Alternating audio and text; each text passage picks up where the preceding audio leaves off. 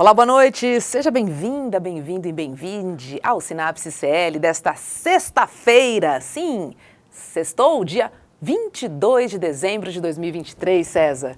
Uma ótima noite para você. Boa noite, Hobbs. Boa noite, CLers. É isso aí. Chegou o fim do ano, Natal. Passou rápido, né, Rô? Muito. Voou. É. Vamos fazer o seguinte? Fechar o Sinapse de 2023 em grande estilo? Opa! Porque vem aí, ó, Christian Dunker. Autor, psicanalista, professor, podcaster, youtuber e o melhor, ó, palmeirense praticante. Christian, seja bem-vindo. Estiquei o tapete verde para você. É verde. É verde para todos nós. Um prazer estar com vocês, Rob, César, o pessoal do ICL. Vamos lá para uma conversa nesse tapete verde. Valeu, Dunker. Obrigado por aceitar o nosso convite. É uma honra te receber no Sinapse. Hobbs, vamos lá. Dunker, seguinte, saiu um livro seu quentinho do forno, né? Psicanálise é bobagem. Eu já vou logo te perguntando. Psicanálise é ciência ou é bobagem? Depende do que você chama de bobagem, depende do que você chama de ciência. Né? Dá para levar a sério? Posso considerar a psicanálise? Vou melhorar minha pergunta. Sempre pode considerar, espero que considere, né? Mas tem uma brincadeira no título, né, que é esse uso, né, em resposta ao trabalho da Pasternak, do Orsi, né, que chamaram a psicanálise de bobagem, ou de besteira, né? E a gente recupera um pouco, assim, humoradamente, a ideia de que bobagem é a forma como, em geral, a gente nomeia os nossos sintomas. Né? É uma coisinha à toa, não é importante, é uma bobagem, é só uma bobagem que se repete na minha vida, que manda na minha vida, que eu não sei direito de onde vem, portanto não sei como mandar embora. Né? E é uma forma que... bom, desde lá do paciente do Freud, o pequeno Hans, né, ele tinha medo de cavalo, e ele dizia, isso é a minha bobagem, né, deixa em paz a minha bobagem. Então a gente leva a sério a bobagem. Para começar, a gente escuta a bobagem, a gente dá alguma cidadania para aquilo que outros desqualificam como bobagem. Quanto à psicanálise como ciência, eu diria assim, que sim, ela é uma ciência humana, ela é uma ciência que tem os seus quesitos de cientificidade, mas ela é também uma crítica, né, do discurso da ciência enquanto, vamos dizer assim, um discurso capaz de explicar todas as dimensões, né, da experiência humana, e principalmente do discurso da ciência, quando ele é atravessado por interesses, por ideologias, por lógicas que ficam opacas, né, por trás do resultado final, produzindo uma autoridade que, no fundo, vai além do que seria justo e coerente com as suas próprias premissas. Né? E vamos combinar, né? A ciência explica muita coisa, mas não explica tudo. E eu acho que o debate principal aqui é acerca do que é ciência e como é que a gente define ciência. Eu passo para o Christian falar a respeito um pouco disso, mas me parece que nesse trabalho da Natália Pasternak, que é uma pessoa que eu respeito, que colaborou com o meu segundo livro, só para deixar claro isso, o que a gente está debatendo aqui são ideias, jamais entrar no mérito dos indivíduos. Existe uma questão de uma abordagem positivista, kantiana, que trabalha a definição da ciência como uma ciência experimental. E quando você está trabalhando coisas principalmente correlatas ao psiquismo humano, abstratas, né? Você precisa de outros instrumentos, você precisa de outras questões. Então, por exemplo, desqualificar Freud como um charlatão, que de muitas maneiras tenta se fazer isso, a meu ver é um equívoco grosseiro. Freud pode ser criticado de todas as formas, mas ele tem contribuições absolutamente fundamentais para a gente determinar e entender o que é o aparelho psíquico e esse tipo de coisa, né, Christian? Como é que você avalia essa questão, querido? Olha, acho que você já introduziu um tema interessante, que é assim, a ciência tem história, nós precisamos da história da ciência para definir o que é científico, Porque certamente a altura em que Freud viveu, na virada do século passado, e conviveu com grandes cientistas, pessoas que estavam descrevendo como funcionava o neurônio, o Freud seria considerado e foi considerado um cientista. Né? Seguia os métodos experimentais, tentava se aproximar dos métodos também de interpretação, de entendimento do sentido, lançou problemas para a filosofia e para as ciências da linguagem. Né? Então, obviamente, a ciência naquela época tinha aqueles pressupostos, tinha aquelas exigências. Né? O problema de certas expectativas, vamos dizer assim, excessivas sobre a ciência, é imaginar que ela é uma espécie de conhecimento com propriedades inerentes às formulações de conceitos, às apreciações sobre o mundo, e que independem da maneira como a gente as produz, né? e que formam uma espécie de critério invariante para toda e qualquer forma de conhecimento e racionalidade. Né? Eu diria assim, esse é o ponto em que a ciência ultrapassa a si mesma. Né? Em que ela diz assim, a ciência é o equivalente do racional, e o racional é aquilo que segue a forma da ciência tal qual a gente estabelece hoje, ou ontem, ou amanhã, ou depois de amanhã. E esse critério da historicidade ele acaba, então, perturbando essa imagem que a gente tem da ciência como a única forma de racionalidade legítima. Boa. Vou trazer alguns temas aqui, Duncan, para a gente entender como é que a psicanálise pode contribuir para a nossa compreensão, né, do ser humano e também dos fenômenos emocionais. A pergunta é, sexualidade equivale a sexo?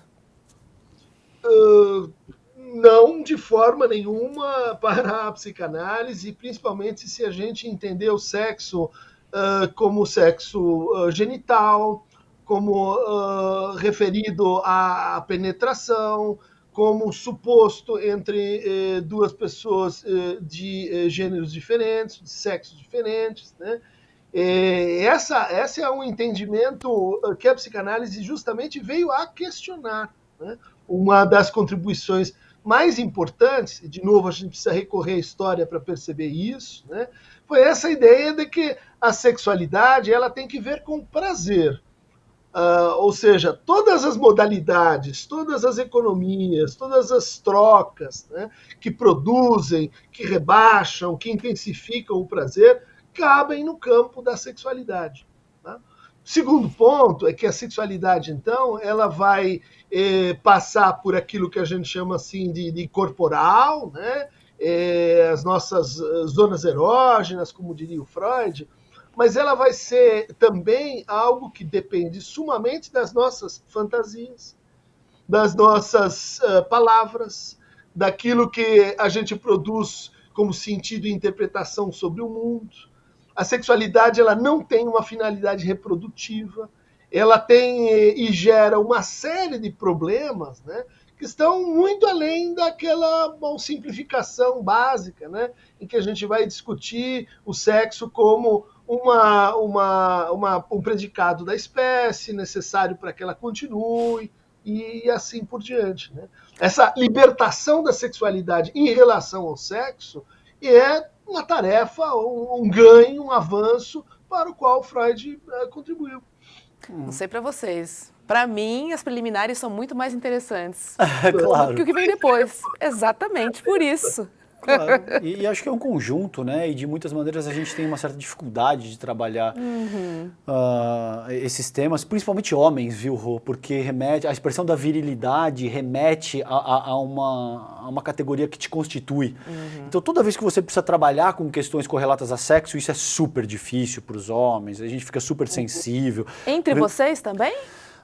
Também, eu diria, mas principalmente quando o homem ele se sente exposto naquilo que afeta a sua virilidade, entende? Se você precisa trabalhar temas que, por exemplo, que remetem a broxar, a falhar, isso é extremamente difícil, porque principalmente numa sociedade que te avalia, e o Dunker fala muito disso também, né? Homens não brocham, né? Não é isso? É, exato, mas numa sociedade que te avalia, o Dunker, eu passo para ele porque esse é um tema interessante que a gente pode explorar.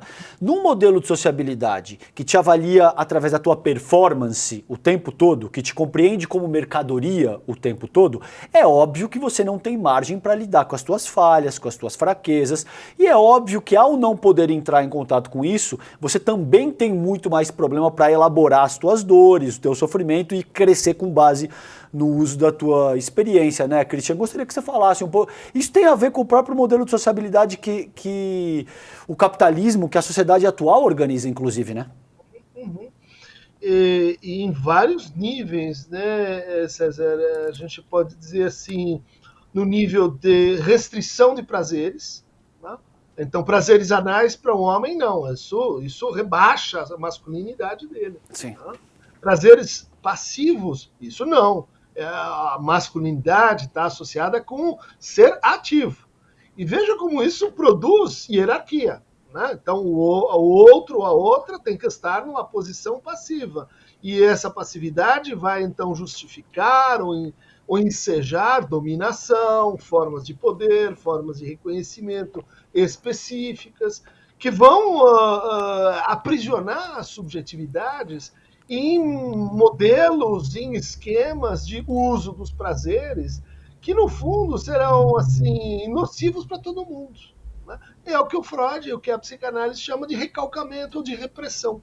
Né? Tanto no sentido de impedir certas modalidades expressivas da nossa subjetividade, quanto coagir. Né? Se você é homem, o que você tem que fazer? Você tem que performar dessa maneira, inclusive ser violento, inclusive ser agressivo, inclusive ser orientado para assim, ser o provedor da casa. Se sair daí, você tem um problema. Né? Para manter-se sempre inclinado para o sexo, e aí no sentido redutivo de sexo também. Né? Todo esse conjunto de exigências, ela, como você colocou, para que isso tudo? Por que as ditaduras, os sistemas totalitários sempre se interessam em coibir e atacar as expressividades não heteronormativas, genitais e etc.? Bom, porque tem algo ali na sexualidade que tem que ver com o controle, né? Com a dominação. Tanto o controle de si, né? Essa, vamos dizer assim, habilidade que você espera do homem, né? Ela tem que ser controlada, ela não pode expressar emoções, reter sentimentos, ao passo que a mulher, bom, já espera que ela então se manifeste e a gente imputa a ela menos racionalidade, porque ela é o que mais afetiva, e essa partição, né, dos gêneros, ela serve à dominação e, em última instância, às trocas mercantis, né? À exploração, à resignação da gente diante da pouca liberdade que o outro nos concede, mas que nós nos concedemos também. Isso antes de te passar, Rô, a meu ver, isso remete à tua primeira pergunta. Essa é a beleza e essa é a importância da psicanálise, que assim como a filosofia, por exemplo, te ajuda a refletir acerca da própria condição humana. Essa é a beleza e por isso eu entendo que sim, a psicanálise é uma ciência linda, porque ajuda com esse tipo de ferramenta para que você seja capaz de refletir e compreender a própria condição humana de diferentes formas. E aí eu vou emendar, já que você falou em condição humana, né? Dunker, como é que a não compreensão humana pode influenciar na forma como lidamos com a política? A incompreensão humana, Uhum. eu diria que as formas mais reduzidas, mais bárbaras, né, de dominação, as formas menores de políticas, menos democráticas, elas são sempre refratárias à experiência da compreensão. Né? Seja a autocompreensão, seja a compreensão do outro como diferença. Né?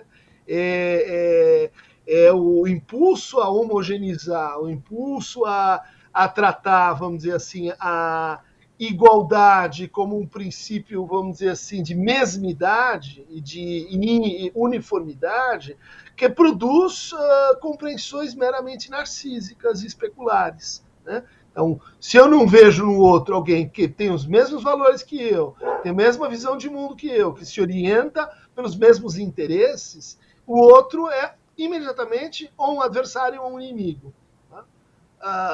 Falando em Hobbes, né, todos contra todos, e a guerra que a gente vai produzir a partir desse estado de incompreensão induzida, de intolerância induzida, de recusa à alteridade, é a força pela qual muitas dominações operam. Né? Por quê? Entre outros efeitos, vamos dizer assim, da dominação, tá a ideia de que você não deve tolerar alteridades internas. Né? Ou seja, você deve se comportar como um indivíduo unidimensional, senhor das suas vontades, soberano da linguagem, né? E tudo aquilo que questiona isso, que é, opa, a sexualidade às vezes aparece onde não devia e como não devia, para este indivíduo. Opa, tem deslizes, tem sintomas, tem sentimentos. Opa, tem sentimentos, não pode ter, né? Tem sentimentos, né, que são, vamos dizer assim, distópicos, que não combinam com o meu gênero, com a minha posição de classe, com raça. Bom, esses sentimentos, eles vêm de onde? Vêm do inconsciente. Né? Quer dizer, no fundo isso que a gente chama de inconsciente. Né? Não é que eles têm uma origem lá num outro lugar transcendental, é simplesmente a forma como a gente nomeia esse outro que nos habita. Né? E que se você começa a martelá-lo, você começa a policiá-lo, discipliná-lo, dali a pouco você vai fazer o quê? Ter essa relação com o outro também. Com o seu filho, com a sua mãe, com o seu empregado, com os outros. E isso torna assim, a psicanálise uma parte, né, dessa tradição, pelo menos a tradição ocidental, de crítica de si mesmo, né? Da crítica da identidade de si, da crítica do indivíduo, né, enquanto esse sujeito soberano que age, né, racionalmente em relação aos seus próprios interesses. Não.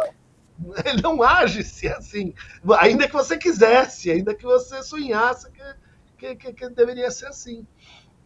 Curioso, né? A gente ouvindo ele falar, eu vi a política, né? Eu vi os dois lados da política se apresentaram aqui facilmente, né, na nossa compreensão. Sim. Porque é exatamente como falamos, essa falta de reflexão, de incompreensão de si, né? E essa estrutura dura de sociabilidade que a gente vive, que não permite, é como se fosse, como se os nossos olhos estivessem vendados, César. E aí você não é meu adversário, você é meu inimigo. E aí acabou, cara. A gente viu uma expressão sociopolítica muito aguda desse processo na própria forma do bolsonarismo, que ascendeu de 5 anos para cá, se encaixa perfeitamente nisso que vocês estão propondo aí. E essa guerra de todos contra todos, por exemplo, que ele cita Hobbes, não é a nossa Hobbes, tá? É o Thomas Hobbes. Exato. A nossa Hobbes está mais para Rousseau, né? Você está mais para Rousseau. Exatamente, exatamente. E a gente tem, né, Cristian, então, o bolsonarismo, a despeito da derrota do Jair Bolsonaro em outubro de 2022, o bolsonarismo segue vivo, né, numa parcela significativa dos psiquismos, vamos dizer assim, brasileiros e das brasileiras. E eu gostaria, suponhamos que a gente tenha, para um exercício mental que eu vou te propor aqui, que a gente tenha uma espécie de psiquismo coletivo da nação brasileira. Como é que se avalia o nosso psiquismo nacional hoje, coletivo, e como é que você acha que, de muitas maneiras, o bolsonarismo afetou esse nosso aparelho psíquico? De que forma o bolsonarismo altera a nossa coletividade psíquica nessa medida? Uau, César, eu vou tentar uma analogia, assim, né? Eu diria que o Brasil, inclusive, frequentemente a gente encontra essa narrativa, né? ele se entende como um país jovem. Vai mudar, a gente sabe que a pirâmide etária será outra, mas até certo ponto éramos assim adolescentes, né? Estávamos com o futuro pela frente ou dormindo em berço esplêndido. E durante muito tempo tínhamos, vamos dizer assim, uma certa alienação. Essa é uma palavra muito cara aos psicanalistas, né? E aos políticos. É uma palavra que aparece no vocabulário da psicopatologia, do Pinel. E do Pinel, que descrevia os loucos, ele dizia assim, eles não são animais, eles não são irracionais, eles são consciências que estão alienadas. E por isso a gente pode desaliená-las, por isso a gente pode curá-las. Né? Esse conceito foi do Pinel para o Hegel, do Hegel para o Marx, do Marx para o Lacan, né? E para outros psicanalistas que vão dizer, olha, o que a gente sofre, né, a estrutura do nosso sofrimento é sempre, de alguma maneira, um tipo de alienação. Né? Daí que o tratamento corresponda a um tipo de tomada de consciência. Era o que o Freud falava, né? Tornar o inconsciente consciente. Né? Se dar conta dos seus desejos, de sua posição no mundo. Bom, pensando nessa grande alegoria, eu diria assim, o Brasil passou por um momento de grande transformação. Né? A adolescência é basicamente isso. Né? Mobilidade altíssima, mobilidade social altíssima, entre 2002 e 2012, né? Alteração de padrões de consumo, uma consciência, né, do nosso racismo estrutural, da nossa desigualdade. A gente passou por um momento em que o Brasil se redescobriu. Né? Se redescobriu atrasado em muitas coisas, se redescobriu como uma potência econômica. Enfim, a gente teve um momento de grande transformação. E, em geral, as pessoas dizem assim, isso é ótimo, a gente está crescendo, bacana, a gente mudou de fase. Para a psicanálise, momentos de transformação são momentos de crise, são momentos em que a gente vai esperar logo em seguida resistência, regressão, retorno, porque o sujeito chega num novo momento e ele diz, eu não sei como eu me viro aqui, eu não sei como, esse é o novo mundo, eu tenho que fazer o luto daquele que eu deixei para trás e agora ingressar num outro universo, com novas regras, com outros valores. E eu vejo que a subjetividade, né, do Brasil, ela sofreu um retrocesso que era mais ou menos esperado. Né? Vamos voltar lá para os anos 60, porque lá era legal. Né? Vamos voltar lá para os sintomas dos anos 60, e o que eu estou vendo aqui de novo, eu não sei lidar. Né? A gente foi sendo, vamos dizer assim, criado como um adolescente meio despótico. Sabe aquele adolescente que pode tudo? Porque eu vivo no meu condomínio, então eu faço o que eu quero, os nossos ricos e as nossas elites inconsequentes, irresponsáveis, adolescentes, no mau sentido da adolescência, tem coisas ótimas na adolescência, mas nós estamos vendo aí que chegou o momento de mudança, uma mudança meio estrutural, e a gente voltou para uma espécie de choque. E como é que as pessoas caracterizam a situação? Né? Como uma grande divisão. Né? Alienação é uma divisão que você projeta uma parte para o outro e fica com a parte melhor. É uma divisão em que você não se reconhece dividido internamente. Você diz que o outro é que te dividiu. É uma divisão onde você não sabe mais de onde você veio, quem você é, para onde você vai. Ou seja, é uma perturbação da relação com o desejo que a gente tem. Né? E me parece que isso acontece em vários diagnósticos de Brasil que foram sincrônicos com esse momento aí que a gente passou. Diagnósticos que dizem assim, o Brasil desaprendeu a sonhar. Nossos jovens não conseguem mais sonhar. O nosso futuro, de repente, ele virou assim, algo que a gente tem que temer. Né? A gente que era o país do futuro, né? O jovem, de repente, não queremos mais saber disso.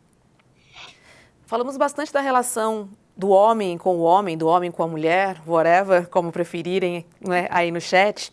E eu queria falar um pouquinho da relação do ser humano com a máquina, Duncker. Mais especificamente com a inteligência artificial. Como é que você analisa os impactos, né, de um momento que a gente vive, a gente não sabe para onde aponta, a gente está exatamente nesse momento turbulento, como você contou.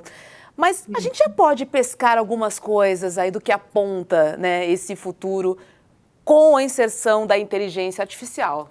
Não dá para a gente fazer uma análise já? Dá, e eu acho que é muito, muito bem colocado, né? Porque eu acho que é uma segunda rodada nessa conversa. A primeira foi, agora entramos numa outra linguagem, um novo universo de estrutura digital. Né? Dentro desse universo, né, agora a gente tem bases estruturadas de dados, algoritmos que permitem a gente substituir funções, lógicas de resposta, organizar fluxos de informação, prever certas movimentações, vamos dizer assim, dos indivíduos. Né? Bom, eu participei aí do GT sobre o discurso do ódio e do extremismo, né? O ministro Silvio Almeida dos Direitos Humanos. E aí a gente viu algumas coisas do tipo, olha, é incrível o potencial democrático que as redes sociais introduziram no Brasil, um país até então, em grande medida, iletrado, né? Alfabetizado tardiamente. Né? Mas se a gente permite, a gente reverbera, vamos dizer assim, certas inconsequências, né? Aquilo que é um progresso torna-se um retrocesso. Né? Quer dizer, se você monetiza o ódio, né? Isso provado. Né? Você paga mais para as pessoas que estão fazendo ódio no universo digital. O que vai acontecer? Isso, né? Não sabemos, não queremos regular tudo, o universo, mas tem coisas que a gente já descobriu.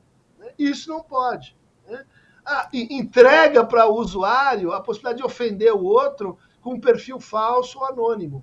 Isso faz mal para a subjetividade. Não faça, não deixe que isso aconteça. Não é só porque o agredido vai ser agredido, é porque aquele que agride vai entrando num funcionamento mental perigoso quando ele sair do universo digital, não é só quando está lá. Né? Claro. Então são coisas meio óbvias, são coisas assim, simples, que você pode dizer, não dê uma tela para uma criança antes de 3 anos, isso vai atrapalhar o desenvolvimento psicomotor, atencional dessa criança.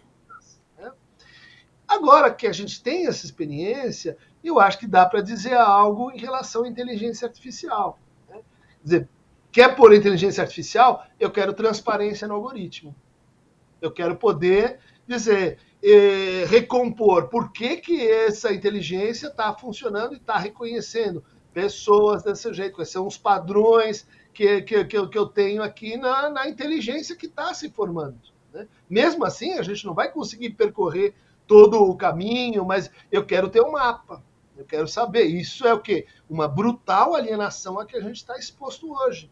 Né? E de forma que a gente nem considera isso assim ou viável ou importante. Né? As postagens que você recebe, as replicações que você recebe, quem recebe, quem não recebe, como funcionam os sistemas de tracionamento, como você paga por isso, vamos dizer assim, uma alienação brutal que isso aconteça, bom, na mão de 4 big techs e de forma opaca. Tipo assim, quer fazer IA? Então, vamos ter que pactuar algumas coisas que não pode. Né? Duncker, tem um tema que eu quero explorar contigo, não é nem uma pergunta, eu quero uma reflexão tua, que é dessa intersecção entre psicanálise e espiritualidade. E aí eu vou te colocar um exemplo para que você entenda o que eu estou propondo aqui. Os sonhos, por exemplo, a interpretação dos sonhos.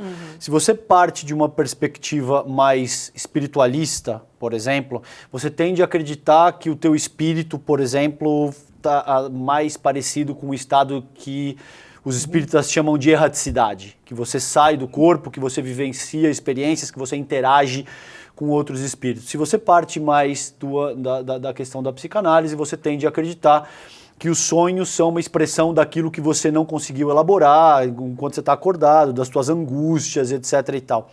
E eu também sinto, conversando, e aí eu gostaria de te ouvir, com psicólogos, psicanalistas, porque minha família inteira é de psicólogo, minha mãe é doutora em psicologia, então eu venho conversando com ela acerca dessa temática ao longo da vida, que de muitas maneiras os psicólogos têm uma certa resistência para trabalhar essa intersecção. Dizem, não, isso não me compete, o que eu estou avaliando dentro do meu escopo de trabalho não contempla esse tema na espiritualidade e, portanto, eu acho que não cabe refletir acerca dessa intersecção. Como é que você sente isso? Existe uma intersecção entre essas duas coisas? Você acha que não é adequado, por exemplo, fazer esse tipo de intersecção? Gostaria de te ouvir acerca dessa temática. Vamos longe aí, César. Sexta-noite aqui, ó. Manda um abraço para tua mãe, acho que foi nossa aluna, né? A pessoa que a gente gosta muito.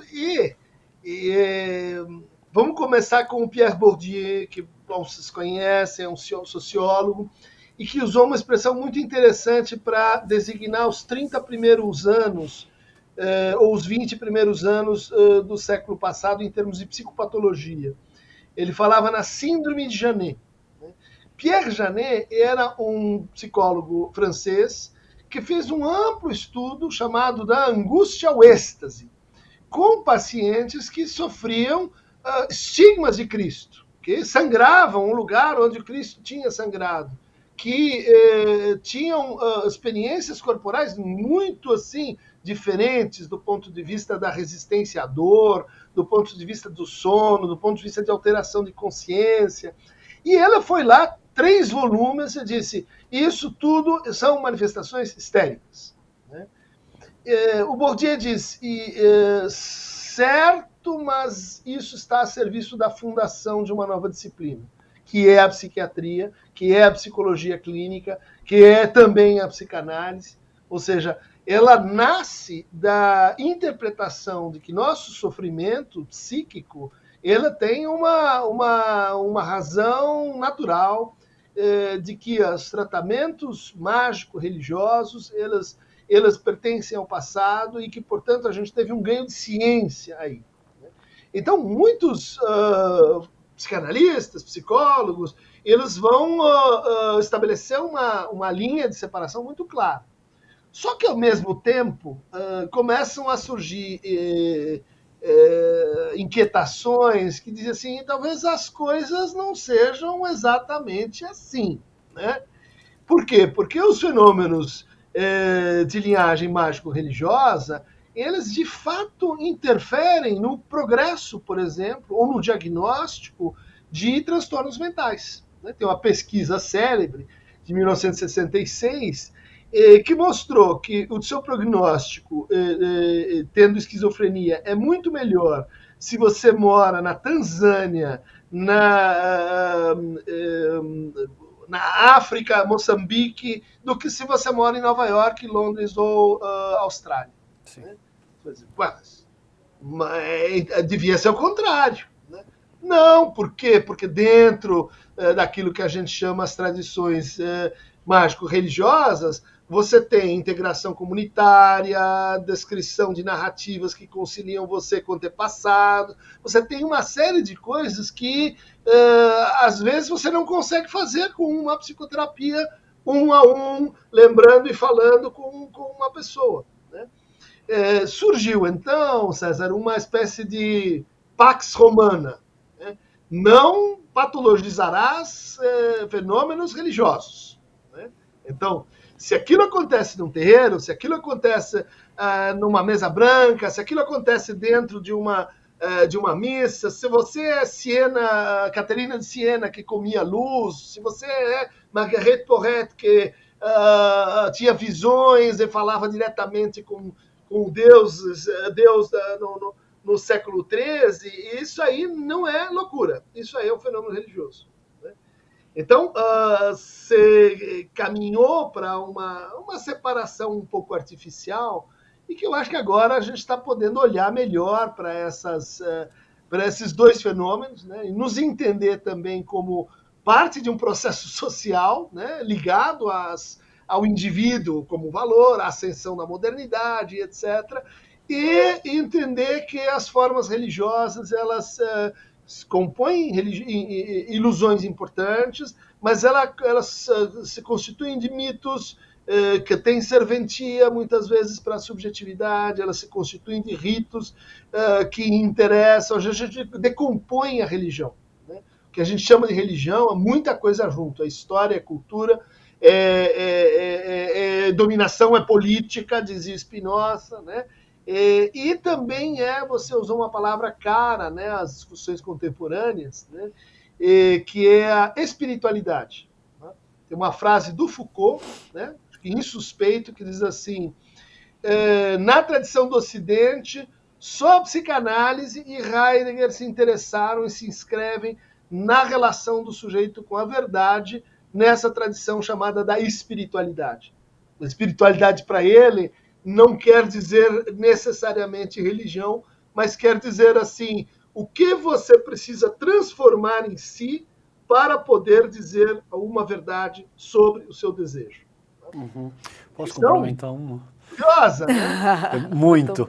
E eu vou te complementar uma. A gente entrevistou aqui o Marcel Souto-Maior, né? Que é um jornalista ateu, inclusive, e que fez a biografia do Chico Xavier, por exemplo. Não só a biografia, acho que ele trabalhou uma série Chico de Xavier temas... e Allan Kardec, Isso, né? Correlatos ao espiritismo. Então, suponhamos, tá? Eu quero analisar única e exclusivamente a partir do prisma da psicanálise, coisas, por exemplo, que ele traz no trabalho dele. O Chico Xavier, por exemplo, era uma pessoa que não falava francês.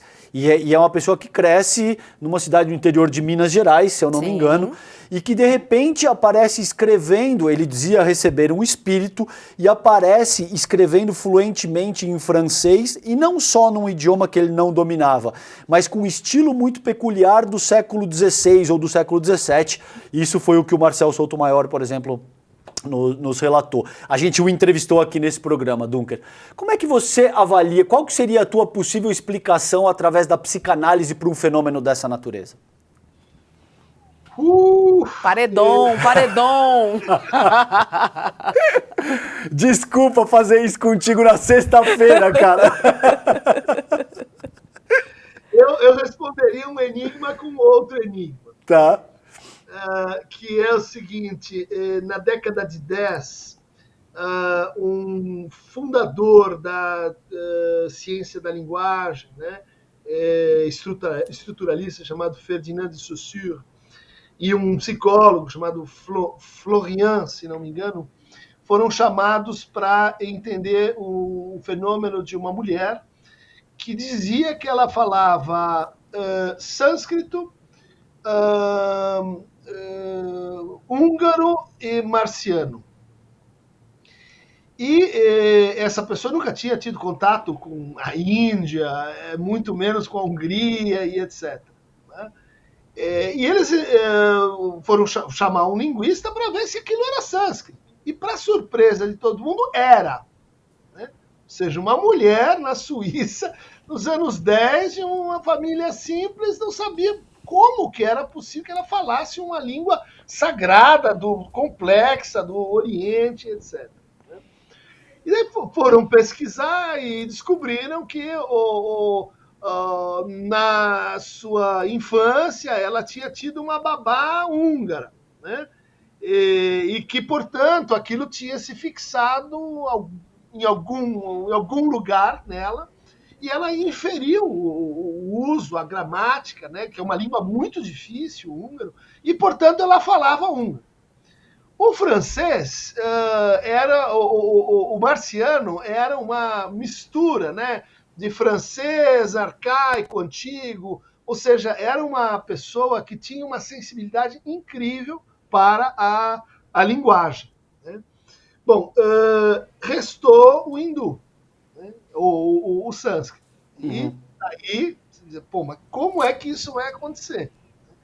E a hipótese que eles levantaram é que, no fundo, entre o húngaro e esse francês que ela falava, ela inferiu como seria uma espécie de língua ancestral das línguas latinas, que é o indo-europeu, e do indo-europeu ela teria chegado próximo, né, do sânscrito, por uma espécie de cálculo linguístico. Né? Uma língua vem da outra, e se você percebe pequenas variações, você vai inferindo o que poderia ser aquela língua, como se a gente tivesse uma habilidade para falar o latim, porque a gente fala português. Né? Eu vou dizer para você, esse caso parece análogo ao do Chico Xavier, mas ele, no fundo, só diz que isso é possível. Né? Não diz exatamente como essa coisa aconteceu. Né? Como e por que certas pessoas teriam uma habilidade linguística tamanha, né, de inferir línguas umas das outras. Como que isso acontece? Bom, está por se descrever. Boa. Será um problema científico? Será um problema extra-científico? Boa. Boa, querido. Para encerrar esse assunto, no que você acredita nesse caso do Chico Xavier, por exemplo, Dunker? Você. Acho que ela quer te perguntar se você acredita em vida após a morte, em reencarnação, não é isso, Rô? Vocês são impiedosos, pega a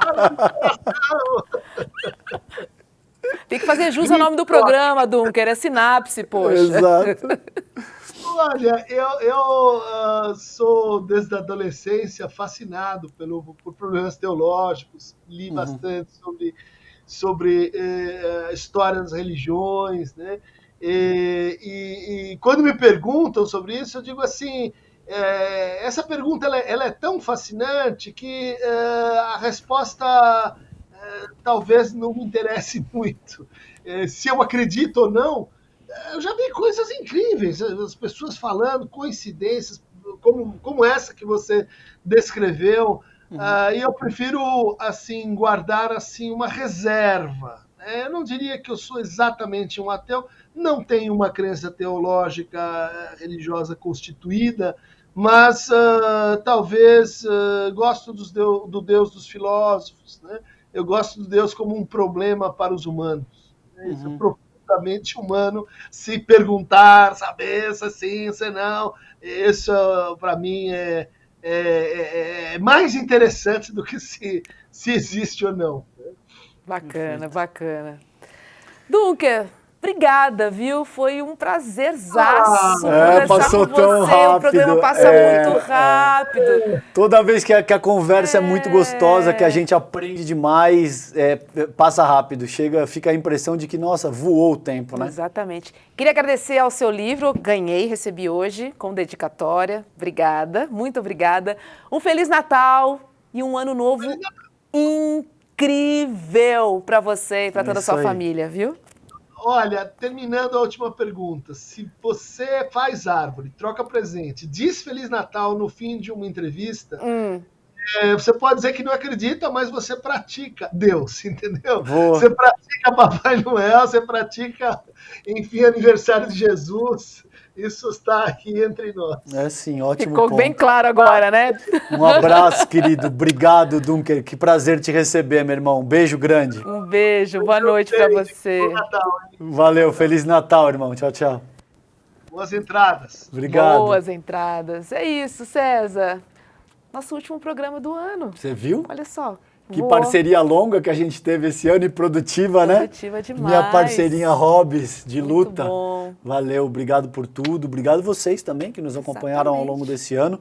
Seguramente 2024 tem muito mais. Tem muito mais. Obrigada por ser esse parceiro incrível. Eu que te agradeço. Fico muito feliz sempre de estar aqui ao seu lado, também. fazendo essa dupla café com leite do ICL. É isso aí. Pronto. Obrigada, um beijo no coração da nossa audiência. Você que participa, você que nos acompanha aqui no Sinapse, nas redes sociais, enfim. Tirar umas fériasinhas mais curtas, né? Você está de plantão? Agora no Natal. Isso. Você está no ICL de segunda edição no Natal. Isso. Eu também estou, mas no plantão do Réveillon, apresentando o ICL Notícias segunda edição. Então, a gente se vê, mas o Sinapse só volta em 2024. É isso aí. Mas você pode rever todas as entrevistas também no Spotify, né, no seu agregador de podcast preferido, e também no YouTube do ICL ou então do ICL Notícias. Temos todos os nossos programas ali E são programas que a gente pode curtir a qualquer hora, porque são temas importantes e temas atemporais. Então, Isso. é muito bacana poder curtir também o Sinapse no horário que você puder e achar mais conveniente. É isso aí. Um beijo para todo mundo. Beijo, gente. Feliz Natal. Boas festas. Fiquem bem. Ho, ho, ho, ho. Tchau. Tchau. Bom, eu estou aqui ao lado de Leonardo Boff e de Júlio Lancelotti, dois mestres espirituais deste país, um teólogo, um homem da pastoral das ruas da cidade grande, para falar sobre desafios, sobre lutas e esperanças para o povo do nosso país neste fim de ano. Então eu te convido para vir com a gente em vários episódios. A gente vai falar de vários aspectos do Natal, da convivência, da tecnologia, do meio ambiente, do diálogo, de tudo isso. Vai ser bom, não perca!